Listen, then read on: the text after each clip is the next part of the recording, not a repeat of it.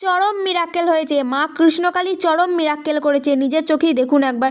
তোমরা সবাই কৃষ্ণকালীর মাকে দেখে অবহেলা করে চলে যেও না গো। এই যে মাকে দেখছো, এই মা চরম উপকার পেয়েছে।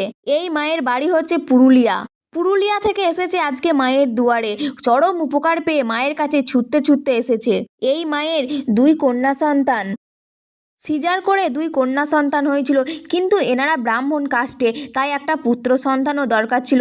তাই দেখুন মা কৃষ্ণকালীর কৃপাতে এক পুত্র সন্তান লাভ করেছে। দেখুন কৃষ্ণকালী মায়ের কি অসীম কৃপা। কৃষ্ণকালী মাকে যারাই ডাকে মন থেকে তারাই ফল পায়। অহংকার করে মাকে দেখে এড়িয়ে চলে যেও না। কৃষ্ণকালী মা ভীষণ জাগ্রত, মনে বিশ্বাস আর ভক্তি নিয়ে মাকে ডাকো, দেখবে তোমার সকল মনস্কামনা মা কৃষ্ণকালী পূরণ করেছে। এই কলিযুগে কৃষ্ণকালী মা কিছু নিতে আসেনি, কলিযুগে কৃষ্ণকালী মা কিছু দিতে এসছে। তাই আমরা মনে বিশ্বাস আর ভক্তি নিয়ে যদি মায়ের স্মরণ করি, মা আমাদের খালি হাতে ফেরাবে না, অবশ্যই মা আমাদের মনস্কামনা পূরণ করবেন।